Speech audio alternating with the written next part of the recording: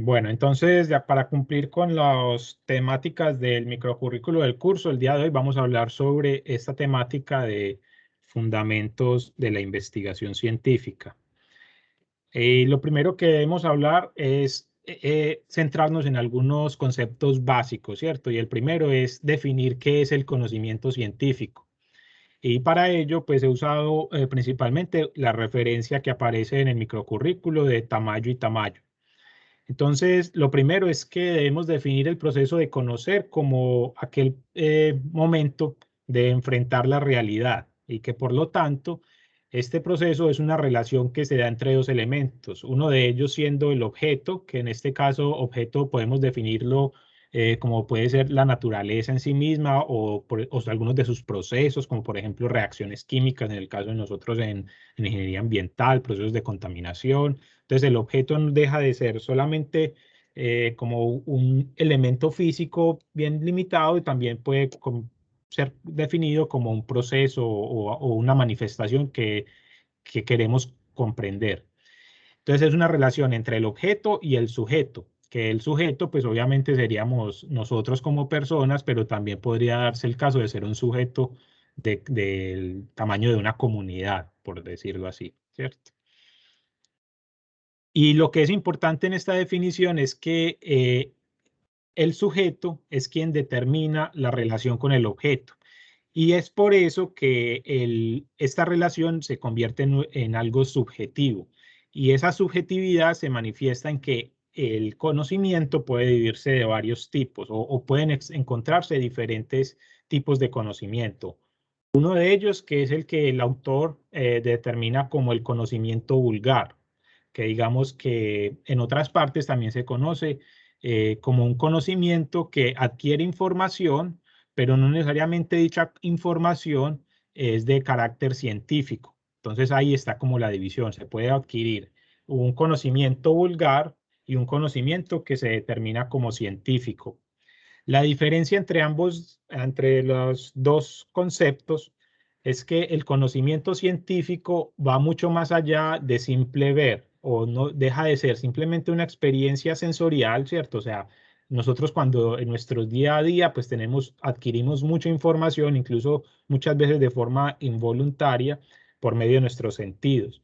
Pero dicha información no se puede clasificar como conocimiento científico, sino que más bien se define como si fuera un conocimiento vulgar. Y el conocimiento científico lo que hace es que va mucho más allá del simple hecho de ver o de experimentar estas sensaciones, ¿cierto? Y se apoya en un instrumento que nosotros tenemos en la investigación que se denomina método científico. Entonces, en todos los casos, el conocimiento científico deja de ser un proceso espontáneo o resultado simplemente del hecho de vivir y se convierte en un proceso que es planeado y que para ello utiliza ciertos instrumentos como lo es el método científico y la investigación. Sobre eso también hay que decir pues que este hecho de adquirir información no es exclusivo de los seres humanos, sino que pues cualquier forma de vida también tiene una serie de herramientas, de instrumentos que le sirven para leer y para recoger información de su entorno. Entonces ustedes seguramente lo han visto dentro del proceso de formación como ingenieros ambientales, en procesos de biología, por ejemplo, donde diferentes organismos de diferentes niveles de desarrollo evolutivo, pues también tienen herramientas que los dota de la capacidad de leer el entorno. Sin embargo, este hecho de desarrollar un método científico sí es una característica propia de nosotros, ¿cierto? De los humanos.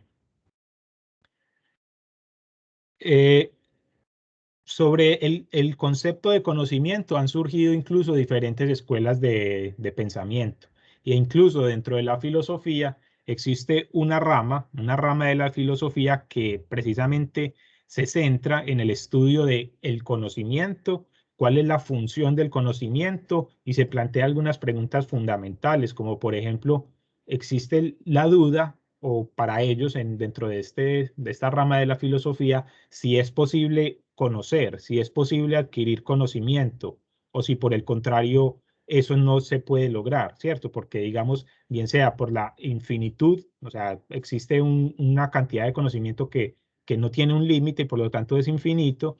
Y entonces, si es infinito, pues sería imposible para el ser humano comprenderlo. O por el otro lado, pues existen otras tendientes, como por ejemplo el relativismo científico, que lo que hace es que acepta que sí es posible adquirir conocimiento, pero que dicho conocimiento va avanzando, ¿cierto? Y que lo que no es posible es tener la verdad absoluta, sino que con el paso de los años y el desarrollo científico, pues se van descubriendo como nuevas verdades, digamos, o nuevo conocimiento. Esta discusión es muy antigua, esta discusión de la epistemología, y vemos que, por ejemplo, algunos de los primeros en abrir este campo de preguntas son filósofos como Platón o Parménides, que ahorita vamos a hablar un poquito más sobre ellos. Y lo que ellos revelan cuando hacen este tipo de estudios o este tipo de análisis filosóficos es que desarrollan un método sistemático de evaluar dicho proceso. Y es ahí donde entonces podemos decir que ellos también se convierten en creadores de un conocimiento científico, no simplemente una actividad sensorial, sino que lo que se desarrolla es un conocimiento y de ahí sale pues esto que les digo yo de la epistemología, que es toda una rama de la filosofía. Eh, sobre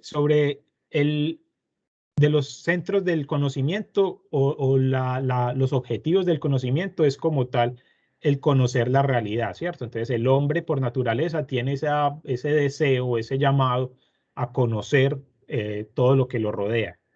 Eso lo podemos ver desde que somos bebés, pues, o sea, es una característica que es innata al ser humano, pero también a otras especies. Y que para ello lo que nosotros usamos es entonces la investigación y como resultado de la investigación creamos ciencia. Y las ciencias, pues hay muchos tipos de ciencias, ¿cierto? Nosotros nos basamos principalmente en las ciencias naturales, que es algo de lo que discutimos, por ejemplo, en la sesión pasada, pero también existen otro tipo de ciencias como las ciencias sociales, por ejemplo, ¿cierto? Las ciencias humanísticas. Y todas ellas tienen que desarrollar unos métodos de investigación que le permita comprender la realidad.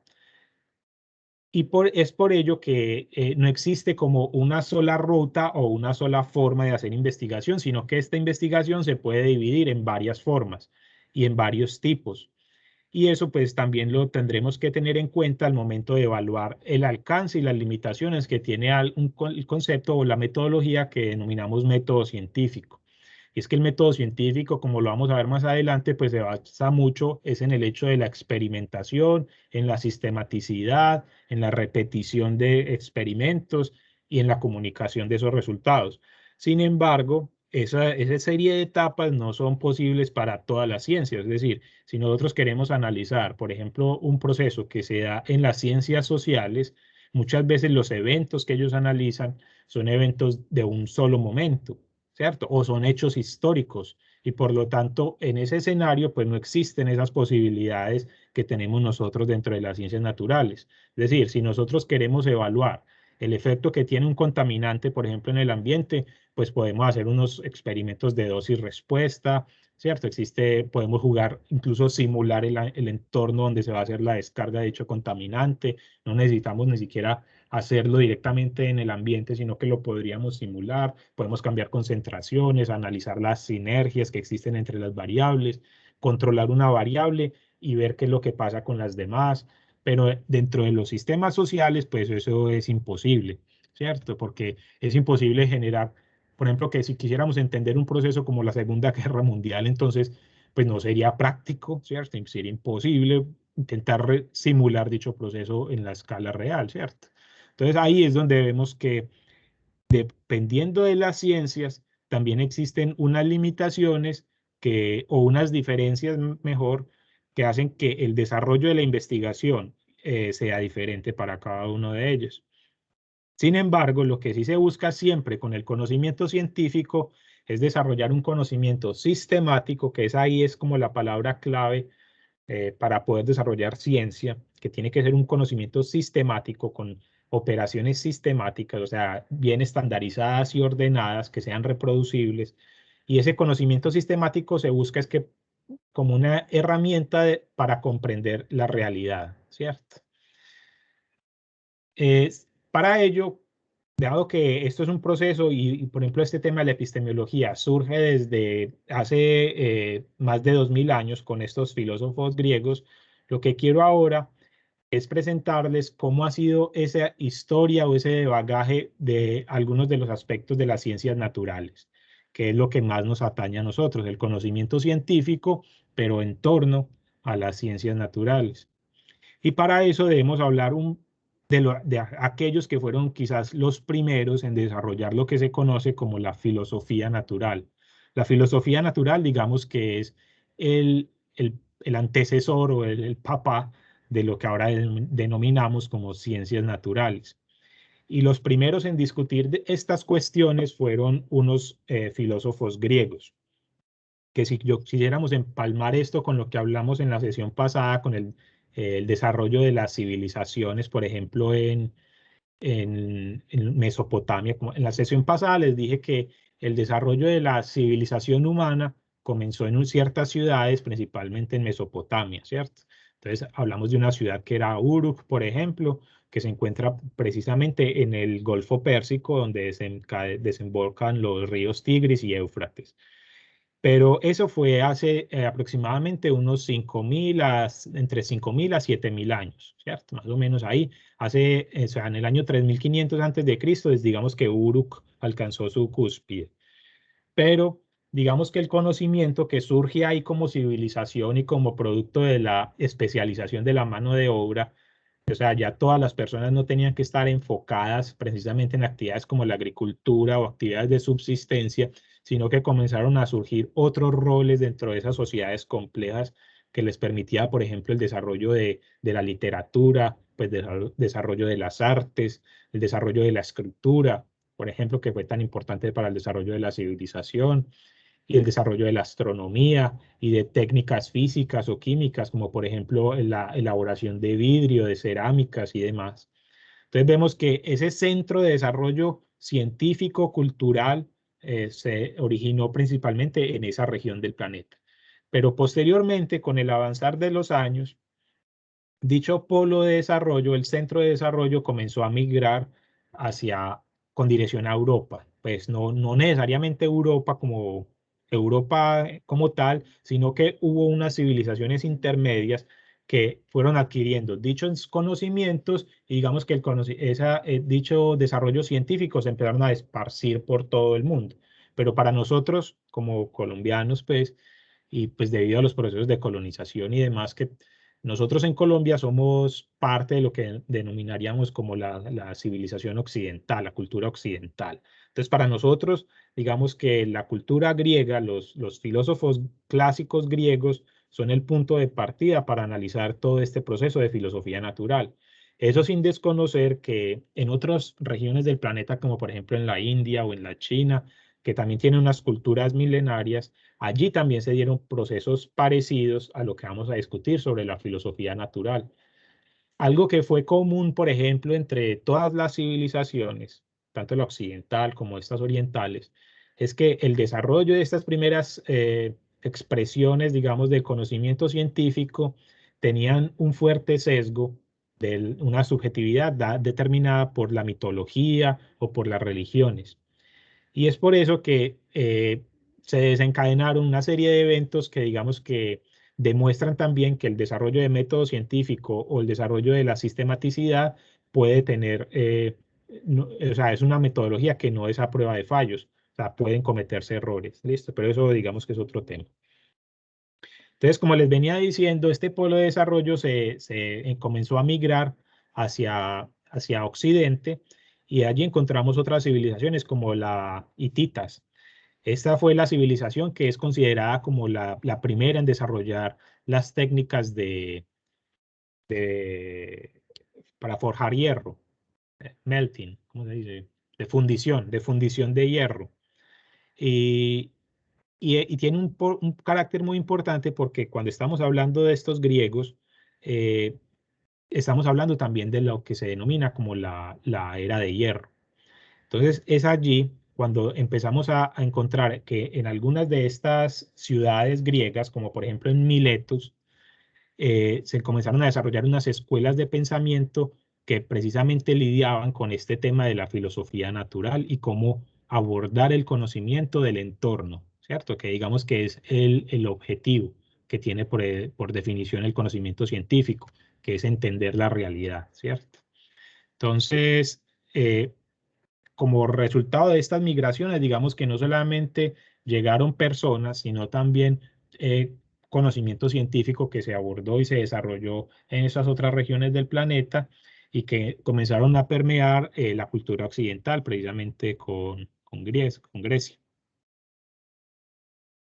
Dentro de estos filósofos griegos presocráticos que son importantes en la historia, el desarrollo científico en las ciencias naturales, el primero y quizá uno de los más importantes pues es Tales de Mileto, que seguramente ustedes lo han escuchado ya en clases de filosofía, quizás en el colegio, pues no sé.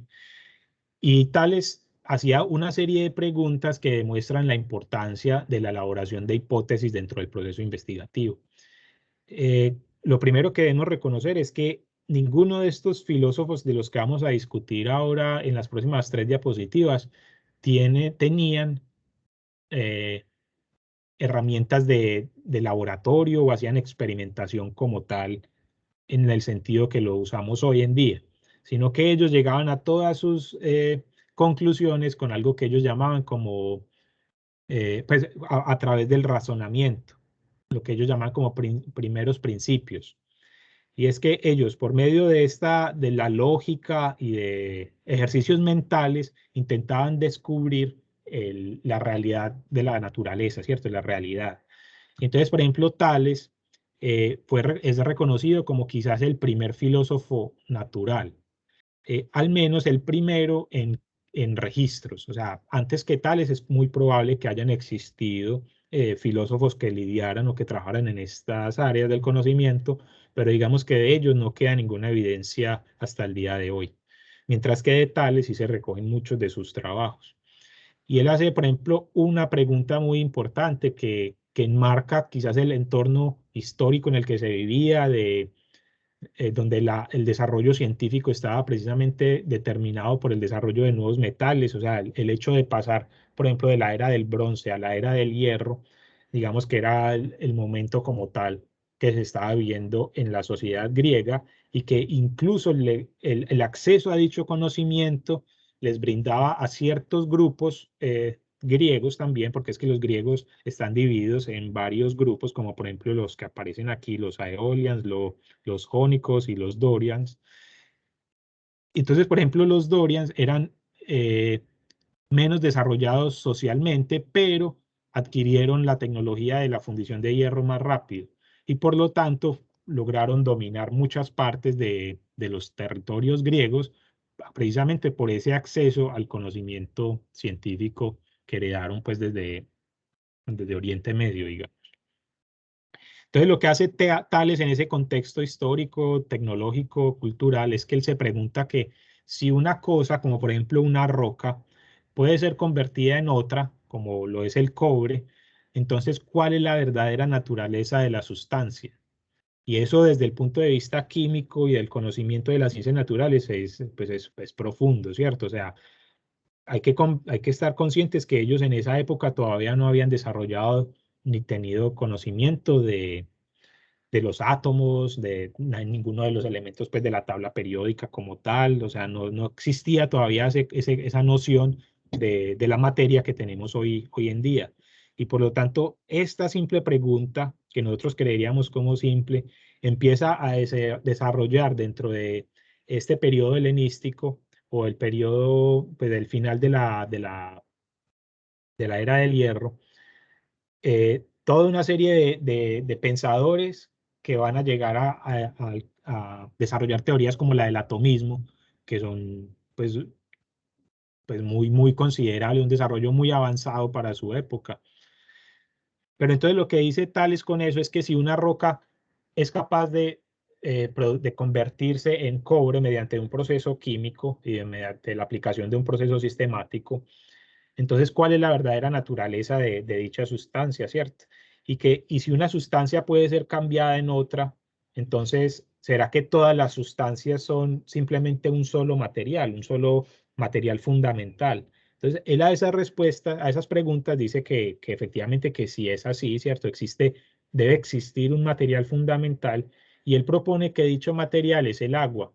Y es que si ustedes analizan, pues ustedes ven que el agua tiene la propiedad, por ejemplo, del movimiento, ¿cierto? O sea, que sería capaz de explicar el hecho de que exista movimiento en el planeta y que se pueda percibir movimiento, pero también tiene la propiedad de que es capaz de originar vida. Entonces, según Tales, el hecho de que exista agua, pues brinda la oportunidad de la vida, ¿cierto?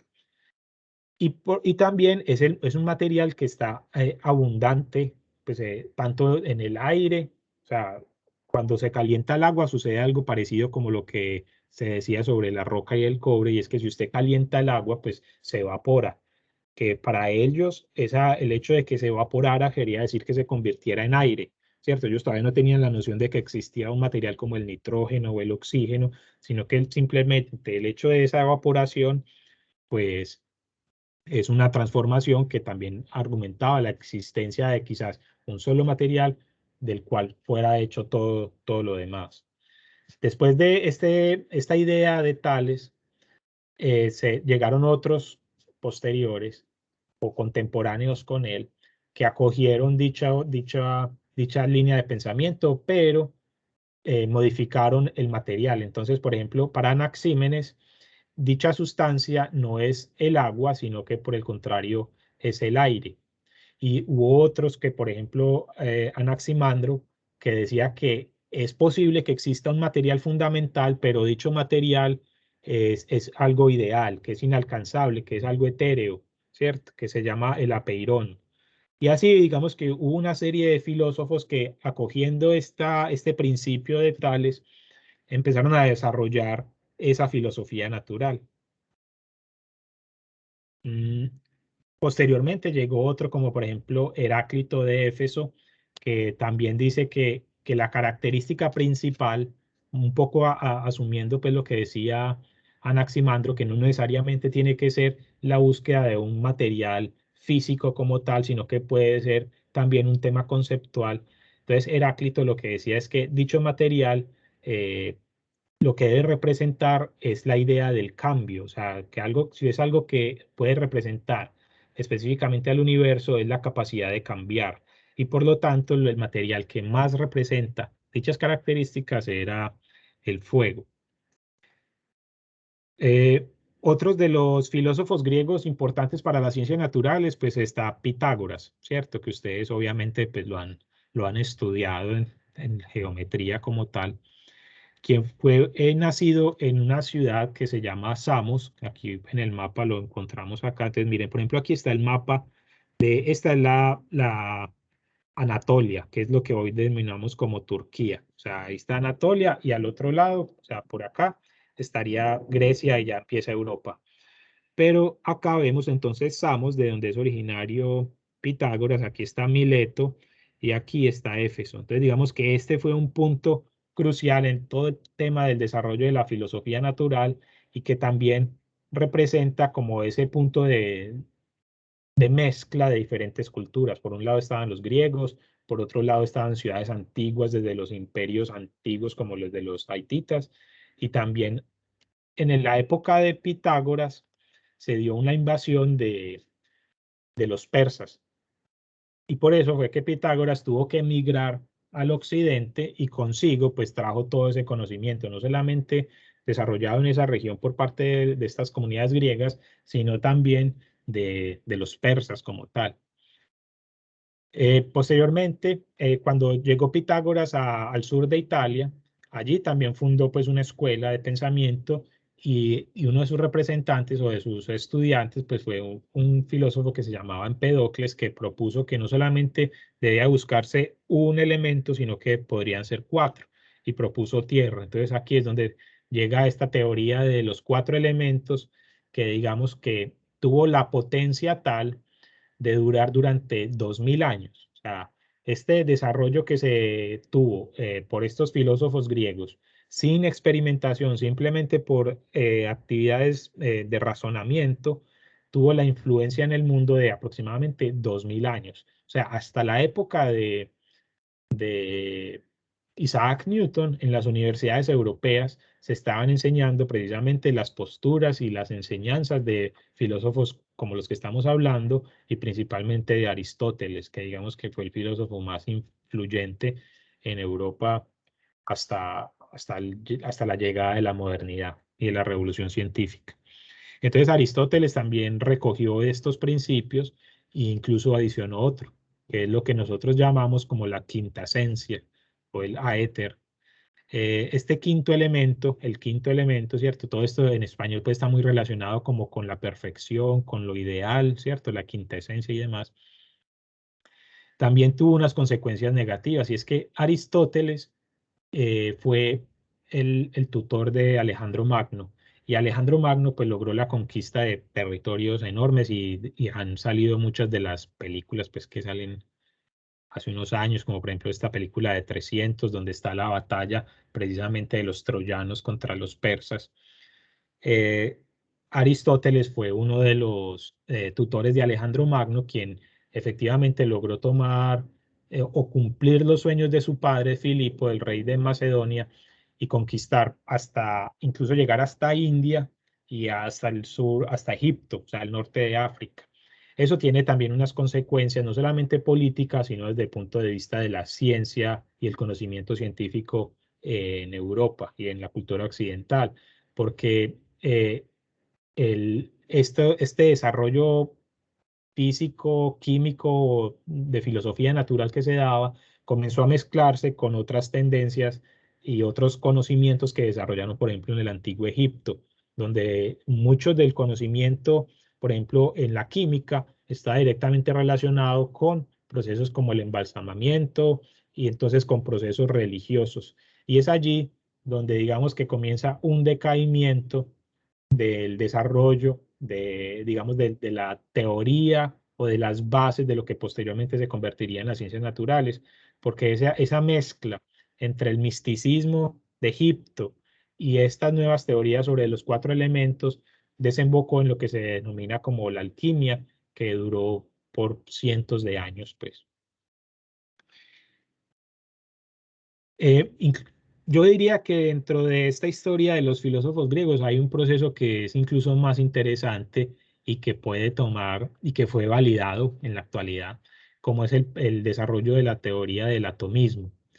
Y es que Leucipo, que fue otro filósofo del año 450 antes de Cristo, se hizo una pregunta, y es que se preguntaba si era posible que la división de la materia pudiera suceder de forma indefinida.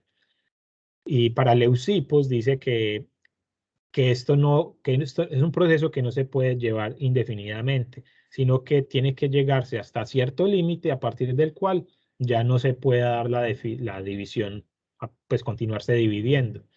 Eso fue lo que entonces Demócritos utilizó para dar el término de átomo, que es el que utilizamos pues hoy en día, ¿cierto?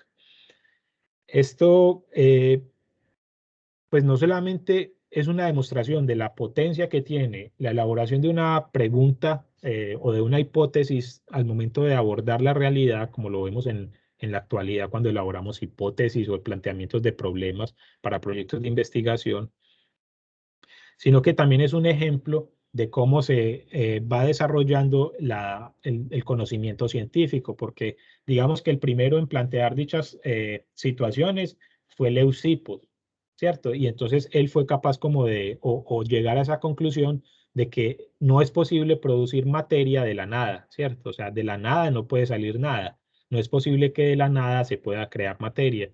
Y por lo tanto, él, digamos que con esa aparentemente simple conclusión, pues dio la cabida para el desarrollo de otros científicos naturales o filósofos naturales como Demócrito o Epicurus. Demócrito fue inclusive más allá, dijo que debe existir definitivamente el átomo, pero adicionalmente empezó a atribuirle ciertas características al átomo, como por ejemplo el tamaño y la forma, y llegó incluso a decir que todos los materiales que a nosotros nos rodea están compuestas de una mezcla de diferentes átomos, y que pueden existir muchos átomos, cientos o miles de átomos. y que son la mezcla de diferentes proporciones de dichos átomos lo que le da las características a los materiales a nivel macro. O sea, no existe, cuando él dice que solamente se da la característica de tamaño y forma, lo que está diciendo también es que no existen características como por ejemplo el sabor o el color o el olor, sino que esas otras características que nosotros percibimos son simplemente el resultado de la mezcla de los diferentes tipos de átomos. Y es aquí, por ejemplo, en este tipo de discusiones donde aparecen otros filósofos y otras cuestiones dentro de la epistemología que les decía al principio, que dicen que no, para los seres humanos no es posible eh, adquirir conocimiento porque nuestros sentidos nos engañan, ¿cierto?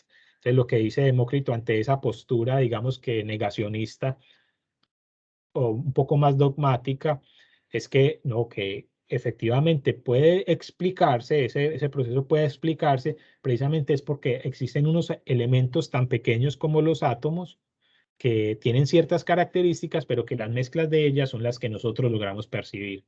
O sea, que existen cuestiones dentro de la materia que están por fuera de nuestros sentidos, pero que aún así podemos percibir por medio de las combinaciones de estos elementos. Otro de los desarrollos y que fueron más influyentes a posterior fue el desarrollo de un trabajo como Epicuro.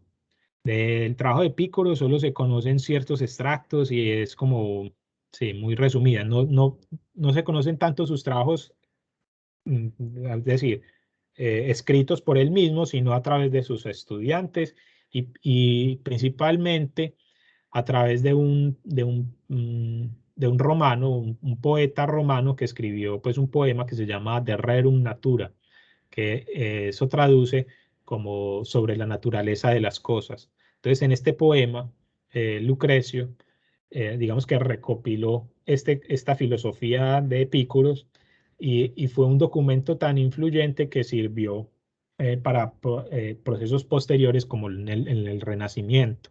O sea, muchas de estas filosofías fueron descartadas por Aristóteles y por lo tanto, digamos que no fueron asumidas y recogidas dentro de las universidades europeas durante, por ejemplo, la Edad Media o la parte del oscurantismo. Durante todo este proceso, mucho de este conocimiento, digamos que quedó oculto y almacenado, curiosamente, por ejemplo, en las bibliotecas de los conventos o de los sitios religiosos, que ellos tenían una función de recolectar el conocimiento pues, de la época.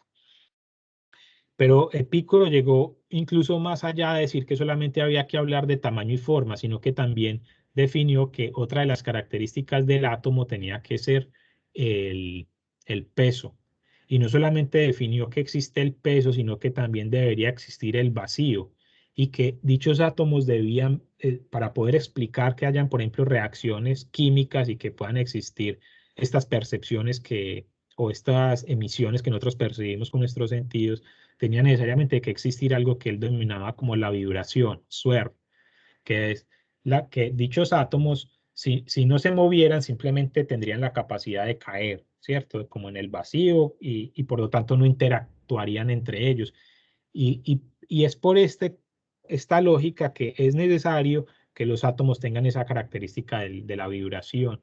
Entonces vemos que lo que estamos diciendo acá en palabras muy sencillas tienen un fuerte contenido de cuestiones químicas y físicas que están siendo investigadas incluso hoy en día. Es decir, por ejemplo, cuando yo realizo investigación aquí con nanomateriales y nanotecnología, precisamente una de las técnicas más comunes para la caracterización de estos materiales es precisamente la vibración. O sea, cómo estos materiales están vibrando y cómo estas vibraciones pueden emitir, por ejemplo, luz, ¿cierto?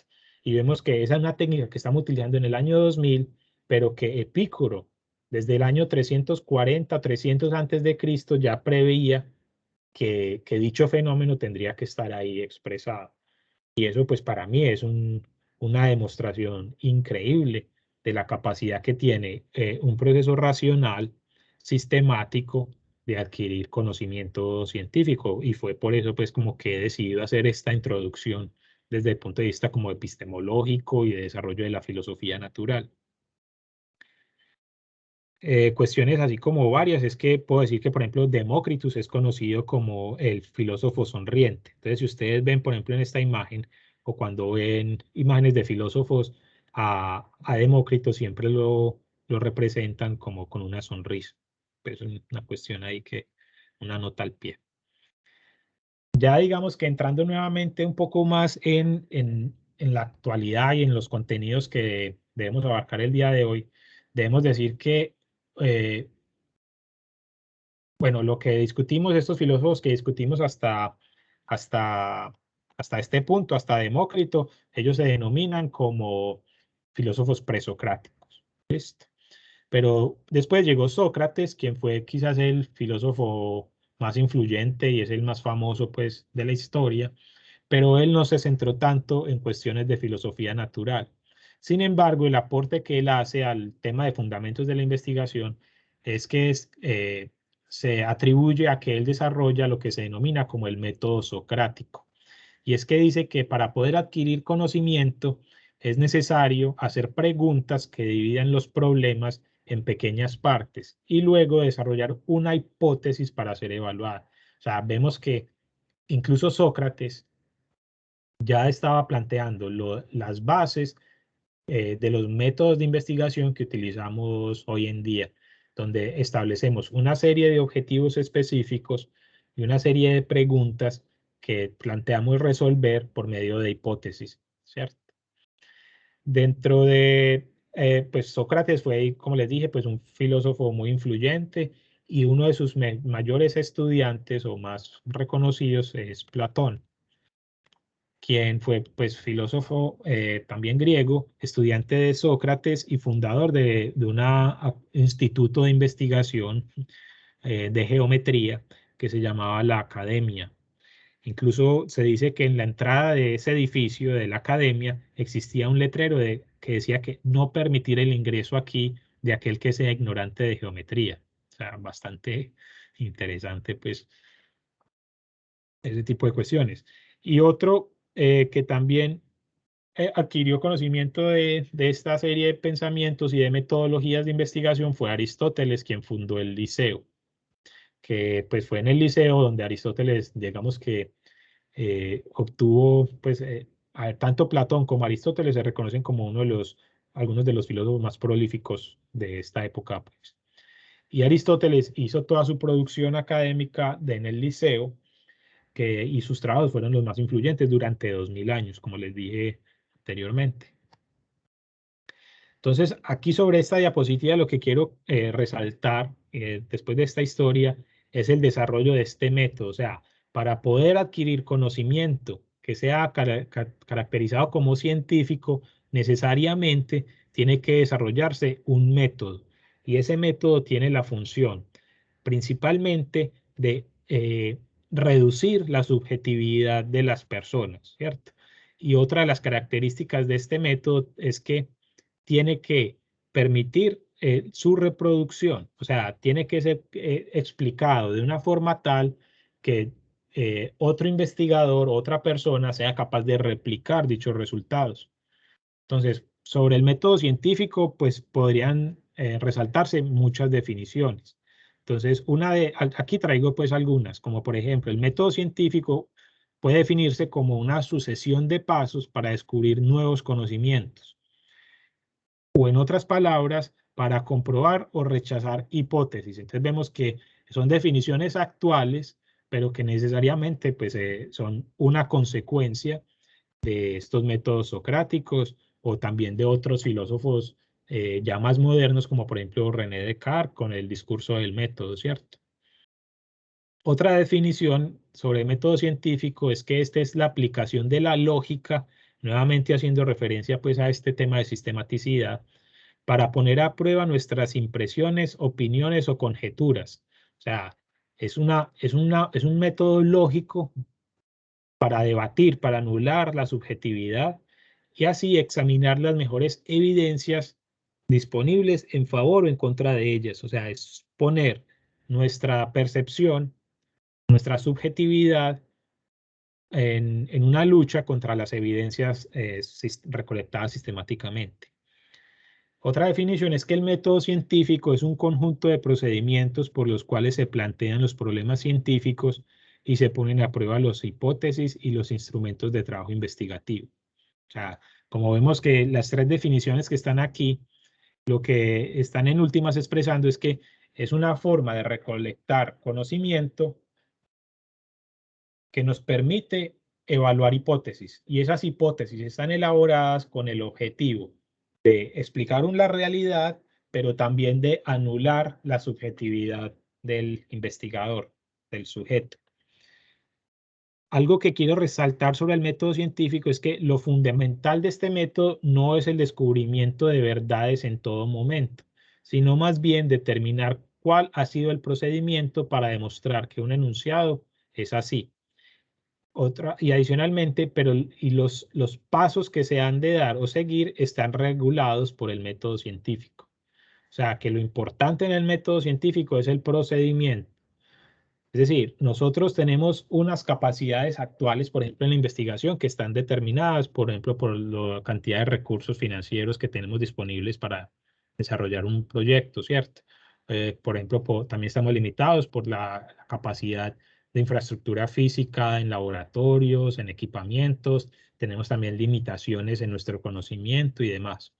Y todas esas limitaciones, pues, pueden de una u otra forma afectar el alcance de nuestros resultados, de nuestra investigación científica.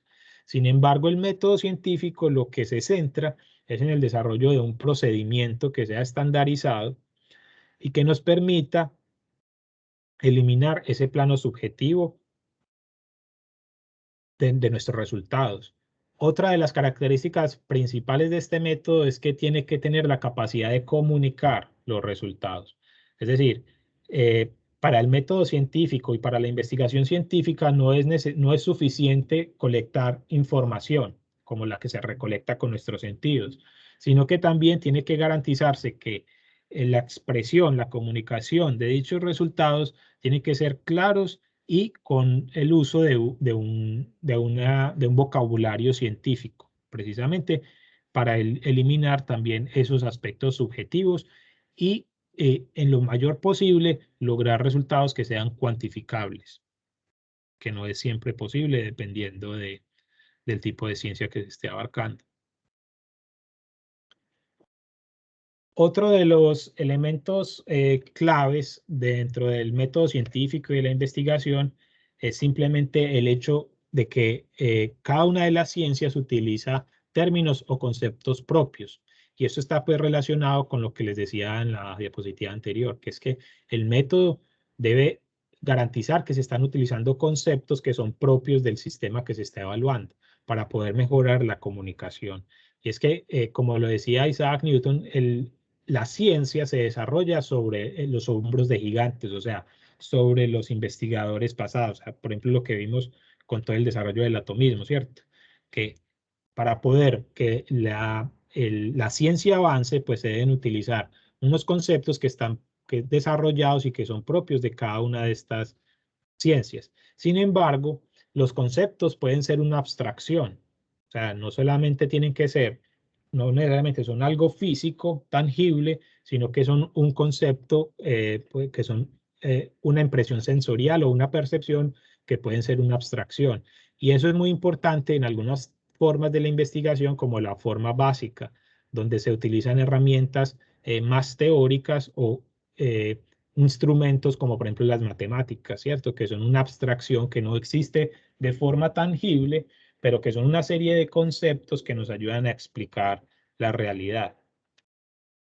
Y son estos conceptos y estas abstracciones esto solo tiene unos significados dentro de un sistema teórico o dentro de un marco de referencia que es propio de cada una de las ciencias. Entonces vemos que aquí cuando estamos hablando y les estoy dando estas diapositivas, pues ahí empezamos a abarcar algunas de las palabras que son propias, por ejemplo, cuando ustedes van a elaborar un artículo científico o cuando van a hacer un proyecto de investigación, ¿cierto? O sea, tiene que tener unos sistemas de abstracción o unos sistemas conceptuales que ya deben estar dominados y que hacen parte de un sistema teórico como puede ser una de las áreas del conocimiento, un marco de referencia de conocimiento. Y otro de los elementos del método científico, o sea, son dos, los conceptos y las hipótesis, ¿cierto? Que es lo que hemos venido discutiendo desde el método socrático. Y las hipótesis, lo que nos habla es que la teoría da orientación a la búsqueda de hechos, o sea, estos conceptos nos pueden dar una orientación de cómo debe desarrollarse una investigación, cuáles son el marco de referencia y la estructura, cómo se desarrollan los procesos allí. Pero son las hipótesis las que indican lo que en verdad estamos buscando. O sea, nosotros por medio del desarrollo de hipótesis es que logramos establecer cuáles son los objetivos de una investigación. Como les estaba diciendo, pues formas de investigación, entonces se pueden clasificar de dos tipos principalmente. Hay una investigación que es básica y otra investigación que se denomina aplicada. Cuando se habla de investigación básica, esta también puede ser llamada como una investigación fundamental o pura y se apoya dentro de un contexto teórico y su propósito es desarrollar teoría. Listo, mediante el descubrimiento de amplias generalizaciones o principios. Entonces, miren que el objetivo como tal es el desarrollo de teoría, de conceptos que se puedan generalizar, pero en ningún momento se están hablando de aplicaciones, ¿cierto? O sea, para un investigador básico o investigador de ciencias básicas o ciencias puras, lo importante no es tanto ver la aplicación en el mundo real, sino poder comprender cómo se da, cómo se manifiesta la naturaleza en dicho proceso. Para ellos, para este tipo de investigación, se considera que la aplicación de dichos resultados es un proceso que se debe dar a posteriori y no necesariamente por este investigador, sino por los investigadores que vienen después.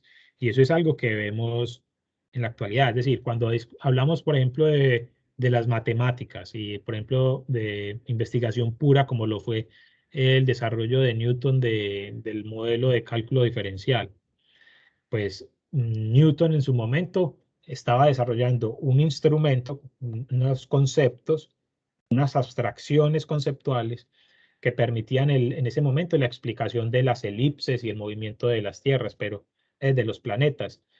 Pero posteriormente la investigación aplicada descubrió una serie de campos donde eso se podría implementar, como por ejemplo en el tema armamentístico y en prácticamente todas las áreas de la ingeniería. Y existe, pues, así como existe la investigación básica, pues existe una investigación aplicada netamente, ¿cierto? La característica de esta investigación aplicada es que obviamente depende de la investigación teórica o la investigación básica, toda vez que usa los descubrimientos y esos aportes teóricos para buscar cómo implementarlos y cómo modificar o cómo explicar el entorno natural.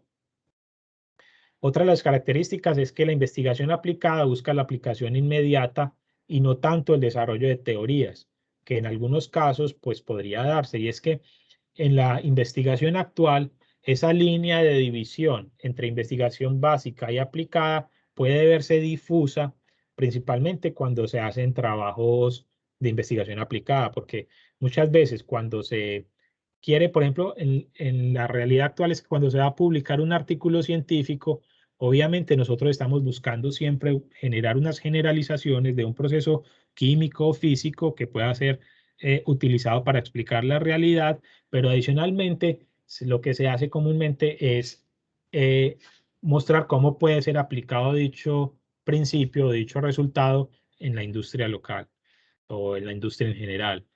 Incluso yo diría que a forma de crítica se puede decir que muchas veces dichas aplicaciones son más que todo como por vender el artículo a las casas editoriales, pero digamos que esa problemática lo vamos a discutir en otra sesión cuando hablemos sobre la producción de artículos científicos y no solamente el lado bonito, sino también como el lado oscuro que tiene la producción de ciencia, pues con base en mi experiencia. Eh, Sobre investigación aplicada, entonces podemos decir que otra de las características es que busca solución a problemas concretos y en condiciones concretas. Entonces, el campo de investigación y el marco de referencia está mucho más delimitado que en el caso de la investigación básica. donde se busca principalmente es la generalización, ¿cierto? Desarrollo de teorías que permitan generalizarse en varias aplicaciones, digamos. Sin embargo, en los tipos de investigación, como vemos es decir, la investigación aplicada también puede disgregarse o separarse en varios tipos, uno de ellos siendo la histórica, la descriptiva o la experimental. Sobre la investigación histórica, podemos decir que esta lo que busca es describir lo que fue o describir lo que era. Y este tipo de investigación aplica a todas las ciencias, no solamente a la historia como tal. Entonces, cuando ustedes ven un artículo científico, van a encontrar que, por ejemplo, en la sección de introducción, ahí siempre se hace una recolección de cuáles han sido los avances recientes, cuál es la situación actual de ese tema de investigación y cuál es la contribución o cuál es la brecha en el conocimiento que ustedes quieren atacar dentro de ese artículo como tal. Entonces vemos que en un artículo puede darse también una sección para el hecho de hacer un tipo de investigación histórica. Posteriormente, lo que ustedes encuentran generalmente en un artículo científico es el desarrollo de los métodos, ¿cierto? La sección de métodos. Y ahí lo que se hace es precisamente como la descripción del método científico que ustedes están utilizando. Entonces, cuáles fueron los procedimientos que se utilizaron, cuáles son las herramientas que se utilizaron, cuáles equipos, el tema de calibraciones y demás. O sea, ustedes lo que están haciendo ahí es una descripción, un registro y un análisis de cuál es la información que ustedes van a recolectar y cómo la van a tratar. Y por último, en el artículo encuentran la parte experimental, ¿cierto? Que es lo que en los artículos se llama como discusión. Y en esa parte experimental se describe qué es lo que se está haciendo, ¿cierto? Entonces, se describen, por ejemplo, los experimentos que dentro de la investigación podemos definir el concepto de experimento como la manipulación controlada de variables de un sistema y la descripción de sus efectos. Entonces, con esto lo que quiero decir en esta diapositiva es que aunque existen varios tipos de investigación, histórica, descriptiva, experimental, lo que vemos en realidad es que en la práctica de la investigación todo esto se encuentra ya mezclado. O sea, no necesariamente cuando uno dice, yo soy investigador, pero soy investigador descriptivo, no. O soy investigador histórico, tampoco. Siempre que se hace un trabajo de investigación en la actualidad, en las formas actuales, se habla de una investigación que cubre todos estos aspectos. Digamos que estos son los tres aspectos principales que se enmarcan como tipos de investigación, pero también ustedes han logrado escuchar que existen otros tipos, como estudios de casos, investigaciones de mercados, etcétera, que son otros tipos de investigaciones que han surgido en casos especiales de ciertas ciencias o ciertos sistemas que así lo necesiten. Sin embargo, digamos que las herramientas pues son propias, pero siempre siguen estos procesos de sistematicidad en la recolección de la información y en el análisis de las mismas. Entonces, digamos que con esto hemos cumplido o desarrollado ya algunos conceptos. Tenemos que el conocimiento como tal, pues es esa interacción entre el objeto y el sujeto y que esa interacción puede ser subjetiva. Y dependiendo de ese grado de subjetividad, el conocimiento se puede dividir en dos, en un conocimiento vulgar y en un conocimiento científico. Decimos también que el conocimiento científico se puede lograr por medio de investigación científica. Y esa investigación tiene unos métodos o unos requisitos, que es lo que nosotros denominamos como el método científico. El método científico, podemos decir que la característica fundamental es la eliminación de la subjetividad, porque decimos que, acuérdense que todo surge de esa relación subjetiva, pero es con el método que logramos eliminar dicha subjetividad. Y eso lo logramos mediante el desarrollo de herramientas como la lógica o la sistematicidad en la recolección de la información. Y esa sistematicidad es importante porque nos permite la comunicación. Y esa comunicación lo que hace es que otras personas, otros investigadores, por ejemplo, sean capaces de reproducir dichos resultados, principalmente para las ciencias naturales como las nuestras, pues. Otro de los temas que debemos abarcar en el día de hoy es el tema de la investigación en Colombia y la investigación en el Tecnológico de Antioquia.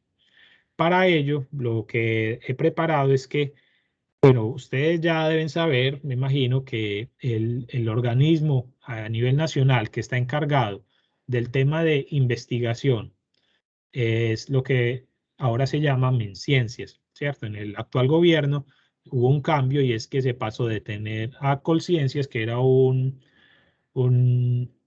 grupo adscrito, digamos, a presidencia, o no era un ministerio como tal, y ahora ya tiene un ministerio que se llama MinCiencias. Entonces, ellos son los encargados de administrar todos los bienes públicos que se retribuyen a investigación. Y es que en Colombia tenemos la desventaja que nuestro sector privado tiene muy bajos niveles de inversión en innovación y en investigación científica. Y es por eso que el mayor peso de los recursos disponibles para investigación pues están a cargo del sector público, o sea, son dineros públicos. Entonces, MinCiencia es la encargada pues de hacer dicha administración. Entonces, MinCiencias, como les dije, es el organismo para la gestión de la administración pública del Sistema Nacional de Ciencia, Tecnología e Innovación. Y lo que vemos en la figura es cómo ha sido la inversión en investigación desde el año 2010 hasta el año 2019 y unas proyecciones para el 2021 y 2022.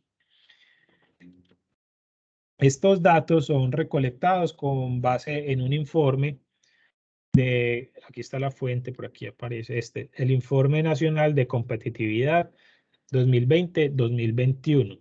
Y lo que nos muestra es cómo es el nivel de inversión económica que hace el país en estos temas de investigación. Lo que vemos es que está desde el 2010 hasta el año, hasta la actualidad, nos encontramos por unos niveles de inversión de menos del 1% del PIB, lo cual es muy bajo si lo comparamos con otros países de la región. Y lo que sí vemos que ha incrementado han sido las metas. O sea, no incrementan los recursos que se disponen para investigación, pero sí incrementan las metas, porque anteriormente decimos que la meta era llegar al 1%. Ahora en el nuevo gobierno estamos diciendo que la meta es llegar al 1.5, pero la realidad es que, por ejemplo, para el año pasado todavía estábamos con niveles de 0.7% del PIB. Entonces, ahí el país tiene una deficiencia muy grande que los niveles de inversión en ciencia y tecnología están muy, muy bajos. Sí, estamos muy, muy, muy mal de inversión y ahorita vamos a ver una tabla que nos demuestra eso. Adicionalmente, lo que vemos es que si nosotros evaluamos cuál es el puesto de Colombia en cuanto a innovación y comparamos contra un indicador internacional que se llama The Global Innovation Index o el Índice Global de Innovación, vemos que dentro de 130 países que fueron evaluados, Colombia ocupa el puesto número 70. Entonces vemos que estos bajísimos niveles de inversión en ciencia y tecnología pues obviamente tiene unas repercusiones de la localización de nuestro país en los rankings de innovación.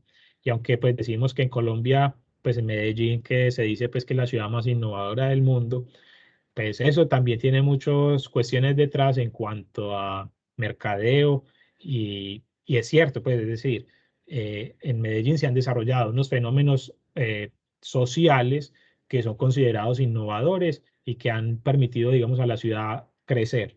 Sin embargo, cuando comparamos a escala nacional, vemos que estamos en niveles pues, de la mitad de la tabla, digamos. Existen países que están peores que nosotros, pero digamos que nosotros, por el nivel de complejidad de nuestra economía, deberíamos estar mucho más altos que lo que estamos en realidad.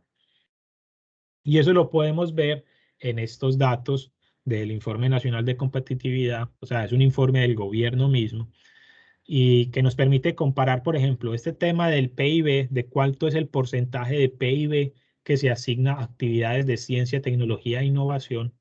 Vemos que para el año 2018 estaba en 0.6%. Como les dije, el año pasado estábamos en 0.7, 0.4%, por ahí 0.75%.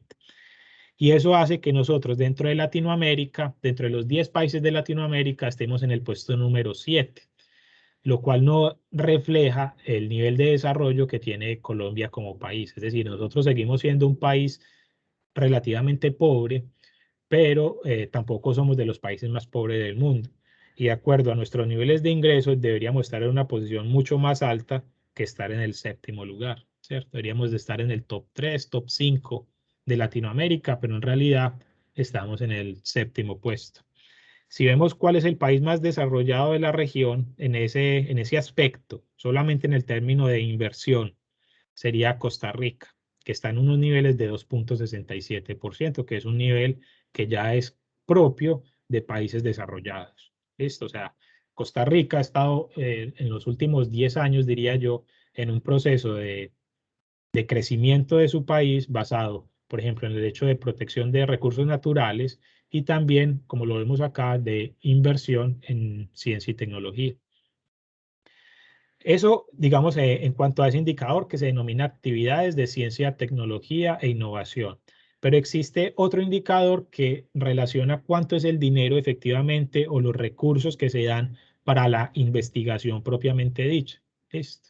O sea, no solamente términos, por ejemplo, de infraestructura o cuestiones de acceso a recursos y demás, sino cuánto es la inversión que se tiene propiamente y que llega a los investigadores para desarrollar la investigación. Y en ese aspecto estamos en 0.2% del PIB. O sea, hay muy poca inversión en tecnología y esa inversión llega todavía mucho más poquito a los investigadores. En ese indicador, el más alto, el más desarrollado es Brasil, donde tiene un indicador de 1.6%, 1.26% del PIB. La falencia no solamente de infraestructura, sino también en cantidad de investigadores. Y es que vemos que Colombia tiene solamente 88 investigadores por millón de habitantes, mientras otros países de la región, como por ejemplo Argentina, que es el líder de la región, tiene casi 1.200 investigadores por habitante. Y es que en la investigación no es solamente que haya un profesional que sea muy buen investigador, sino que se necesita algo que se denomina como la masa crítica. Es decir, si usted pone un investigador que es muy bueno y lo pone en, qué sé yo, en cualquier municipio de Antioquia o en Medellín o en cualquier parte del país, pero lo pone solo, así le entregue laboratorios y le entregue cosas, la productividad de ese investigador va a ser mucho menor, porque la investigación desarrolla es por medio de la comunicación, ¿cierto? Y la interacción entre investigadores. Entonces, tener 88 investigadores por millón de habitantes es un indicador demasiado bajo, incluso para Latinoamérica, que no es que sea un centro de desarrollo científico, ¿cierto? O sea, si miráramos los datos de países desarrollados, estarían muy superiores a Argentina incluso. Y la productividad de estos investigadores es muy baja. O sea, son 88 investigadores por millón de habitantes, pero tienen pocos recursos y por lo tanto, pues la cantidad de publicaciones científicas que son capaces de producir dichos investigadores son muy bajas. Se estima que son 1.45 publicaciones anuales por cada 100.000 habitantes, lo cual es muy bajo. Si comparamos con datos como por ejemplo Chile, que tiene algunas de las universidades más importantes de Latinoamérica, que producen más, pues 3.8 publicaciones por 100.000 habitantes. La investigación no solamente se mide en términos de artículos, ¿cierto? Que digamos que el artículo es el más común, pero existen otros indicadores que pueden ser incluso más importantes, como es el término de las patentes. Es decir, cuando una investigación científica logra ser aplicada y esa investigación tiene un potencial de aprovechamiento comercial, entonces lo que hacen los centros de investigación, los investigadores o las universidades es que la patentan, ¿cierto? Como lo vemos en el caso, por ejemplo, de la vacuna Pfizer. Esa vacuna y de todas las vacunas, o sea, cuando se hacen esos enormes esfuerzos humanos y económicos, de infraestructura, pues se logran obtener estos productos y lo que hacen las empresas es que hacen las patentes para proteger los derechos comerciales de dicho producto.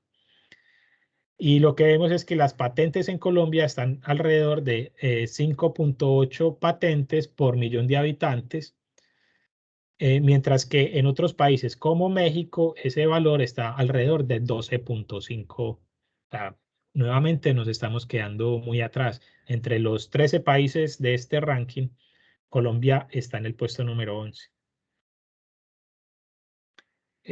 Y otro de los indicadores es que si se tienen patentes, entonces, pues, y esas patentes se comercializan, entonces eso va a generar unos ingresos, ¿cierto? Y esos ingresos, pues, también se pueden utilizar para la elaboración de un indicador que es el de pago por uso, ¿cierto? El pago por uso de propiedad intelectual. Y en ese aspecto, Colombia está en alrededor de 0.13%, mientras que en Brasil 0.3%. Este indicador, digamos que no está tan malo en comparación con nuestra complejidad económica. Y es que si ven en la última fila, ven que, por ejemplo, aquí se está comparando cuál es el nivel de complejidad de los sistemas productivos. Entre más complejo sea una sociedad, hay mayor nivel de especialización, hay mayor nivel de implementación de tecnología y de desarrollo tecnológico. Y vemos que Colombia, entre 17 países de Latinoamérica, está en el puesto 5. Pero si vemos los indicadores, por ejemplo, de productividad, vemos que en el de productividad de artículos estamos bien, 5 de 16, pero en el de patentes, 11. O sea, que los investigadores tienen poquitos recursos, sacan una cantidad de artículos que digamos que es aceptable para el entorno de Latinoamérica, pero que es muy deficiente en comparación con los países desarrollados. Y, y bueno, y hay otros que estamos muy mal, como por ejemplo en el de patentes, ¿cierto?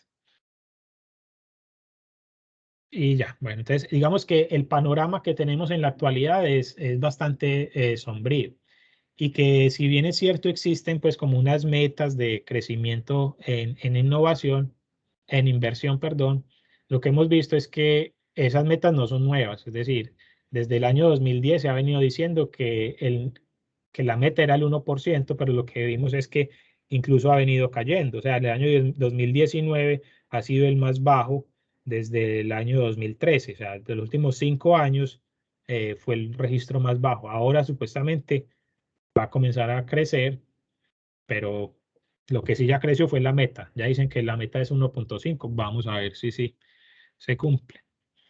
Ahora bien, si miramos ya el tema de la investigación desde el punto de vista interno, podemos decir que lo que debería Colombia preocuparse en este momento principalmente es, primero, pues en incrementar la inversión, ¿cierto? Y segundo, este indicador que está muy malo, que es el de investigadores por millón de habitantes. Este número está muy deficiente. Y si miramos cómo es la distribución de los investigadores en Colombia, vemos que la universidad que tiene mayor cantidad de investigadores top es la Universidad Nacional de Colombia. O sea, lo que se hizo en este estudio fue que se analizaron los indicadores de productividad de los investigadores del país y se sacó una lista de 1.000 investigadores, ¿cierto? Entonces se hizo el ranking de los 1.000 investigadores top del país. Y vemos que la Universidad Nacional de Colombia es la que tiene más de este tipo de docentes o de investigadores con 155. Y obviamente pues también es una de las universidades que tiene mayor capacidad de gestión de residuos, residuos sólidos, de gestión de recursos económicos. La segunda es los Andes con 119 y ya pues el resto de universidades se encuentran pues muy por debajo. Por ejemplo, la Universidad de Luis, que es de Santander, con solo 22 investigadores, y aquí en la Universidad del Cauca, que tenía solamente 9 investigadores, de esos del top 1.000. Sin embargo, muchas veces estos indicadores de evaluación de investigadores son muy subjetivos. ¿Listo?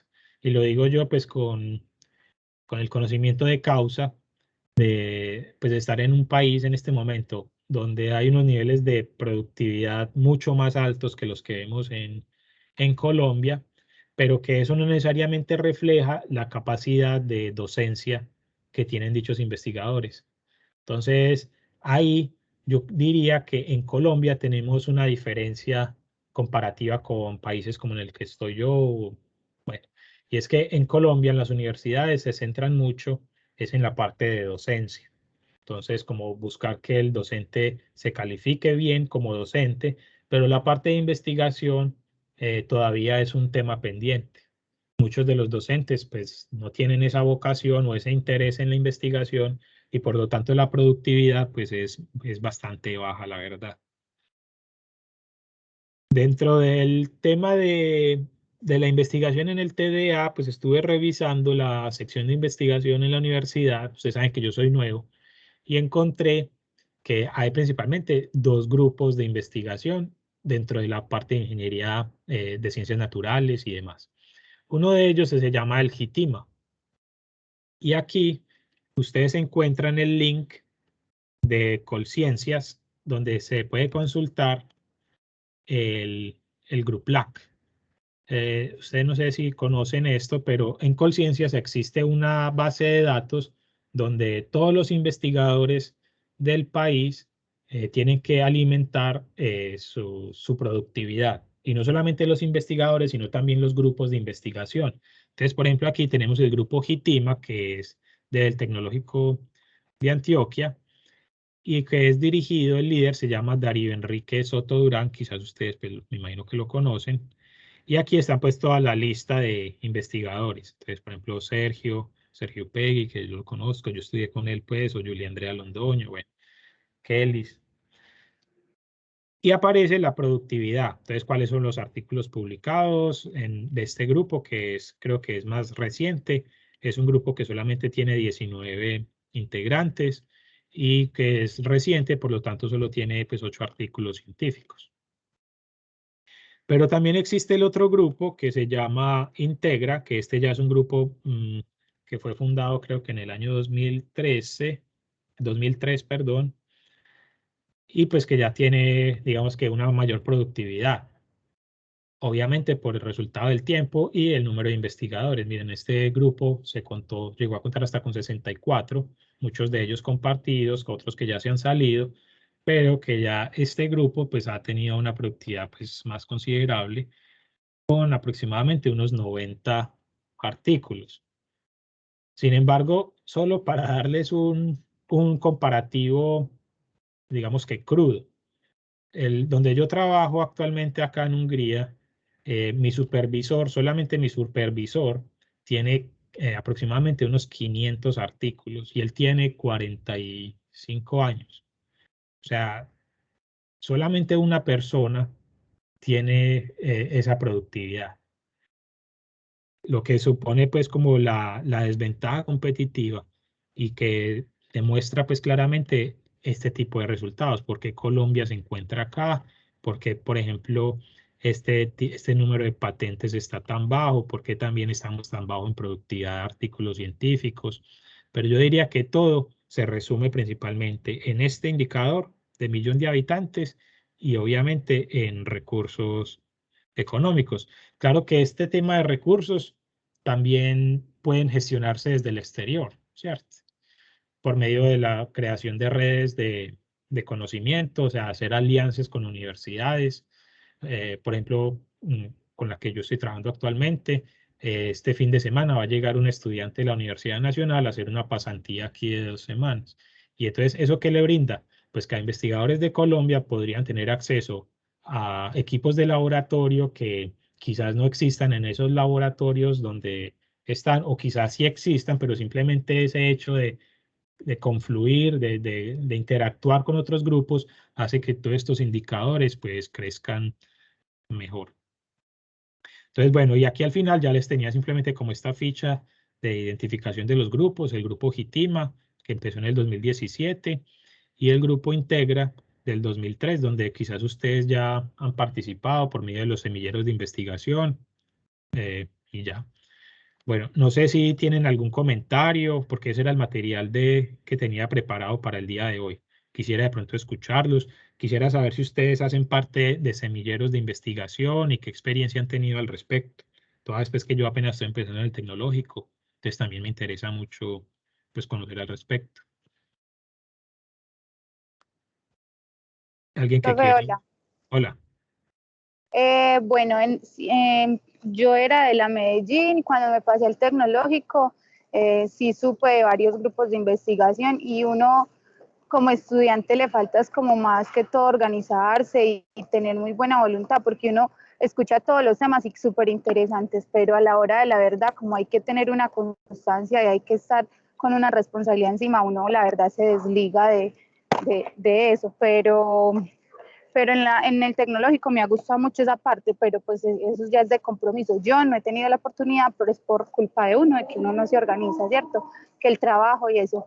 En cuanto a la clase, y profe, toda la parte de adelante de la filosofía, eso ahí, creo que va a tener que volver a escuchar la clase, porque siempre se enreda uno con esos temas de Aristóteles, de Sócrates, de ellos, pero pero bueno, y te quería decir que aparte de que en Colombia hayan tan poquitos científicos, una cosa lleva a otra, o hay muy poquitos científicos, o lo de las oportunidades, pues como mostrabas de que hay muy poquito porcentaje para la tecnología, como para hacer ese desarrollo. Entonces, ahí también faltan científicos que la luchen para que le den el recurso y faltan recursos para que los científicos se animen. Entonces, es como un círculo ahí. Sí, Ya, profe, muchas gracias. sí, sí, pues la verdad es esa, o sea, pero como les digo, hay formas de, como de saltarse esas barreras. Es decir, no es lo ideal, o sea, nosotros tenemos que hacer que dentro de Colombia se creen los mecanismos, los recursos para la innovación, y no solamente desde el punto de vista público. O sea, aquí nos estamos centrando en el público porque es como lo que tenemos más datos, pero el sector privado también tiene mucho que le hace falta por hacer. Por ejemplo, yo trabajé, como les comenté, en Sofasa, yo creo que yo les comenté, ¿cierto? Es una empresa muy grande. La empresa por dentro a mí me parece muy bonita, pues. Es una empresa bonita, con buena tecnología. Bueno, no la de punta, pero es una buena empresa, digamos, con bastantes recursos económicos. Pero lo que yo trabajé allá, pues una evidencia que ahí no se está desarrollando investigación. O sea, se hacen unos procesos de mejoramiento continuo, pero digamos que no se está desarrollando la empresa de forma que pueda convertirse como en un pionero en un área específica dentro de una línea de ensamblaje, por ejemplo. Pues claro que eso fue algo que yo experimenté, estamos hablando de hace aproximadamente 10 años, o sea, puede que ya haya cambiado, ¿cierto? Pero es como ese tipo de cosas que están pasando dentro de la industria colombiana que, que no se está tomando en serio este tema de la investigación y es algo que nos hace más vulnerables, por ejemplo, a las crisis económicas y que también es una oportunidad perdida para la elaboración de empleo, por ejemplo, de calidad, ¿cierto? Sobre lo de Aristóteles y eso, pues sí, eso puede llegar a ser un poquito, pues como complejo, pero la idea es simplemente hacerlo como muy genérico, o sea, no es que nos pongamos a profundizar mucho en eso, a no ser que sea un tema que les apasione y que les guste. Por ejemplo, a mí me gusta, ¿cierto? Cuando yo leo eso y yo veo cómo esta gente hace 2000 años fue capaz de vislumbrar el concepto del átomo, para mí eso es increíble, pues, o sea, cómo por medio del simplemente el raciocinio se logre llegar hasta esos conceptos y no solamente que fueron capaces de decir que existe el átomo, sino que le dieron características que nosotros hoy en día estamos utilizando, pues, pero porque nosotros ya los vemos, o sea, cuando nosotros acá tenemos, por ejemplo, un microscopio que se llama un TEM, un microscopio de transmisión de electrones, y esos microscopios tienen una capacidad que se llama, pues, como de resolución atómica, o sea, que si uno cuando uno lo configura bien, es capaz de ver las líneas de átomos que hacen parte de una estructura cristalina. Y entonces yo, por ejemplo, yo uso ese microscopio acá. O sea, cuando yo me pongo a ver eso, yo veo eso ahí y después pienso en una persona como Epicuro, que está hablando de eso, pues, ¿qué dirá él de ver eso, cierto? Después de 2000 años tenemos la tecnología o alcanzamos ese nivel que ellos fueron capaces de predecir en ese momento. Y eso, pues, para mí es como muy motivante. Entonces, bueno, eso era como lo que tenía para preparar, pues preparado para el día de hoy. ¿Hay algún otro comentario? ¿Alguien que pues si quiere compartir, si tiene alguna experiencia de investigación. A mí también me interesa saber qué áreas de investigación están trabajando ustedes o así. Profe, yo estuve en varios semilleros de investigación de la universidad. Estuve en el de agroecología, ecoclima y Sibioma, que es el semillero de bioremediación y microbiología ambiental, y estuve representando un proyecto en la universidad en Cartagena. Ah, qué bien. ¿Con un póster o qué?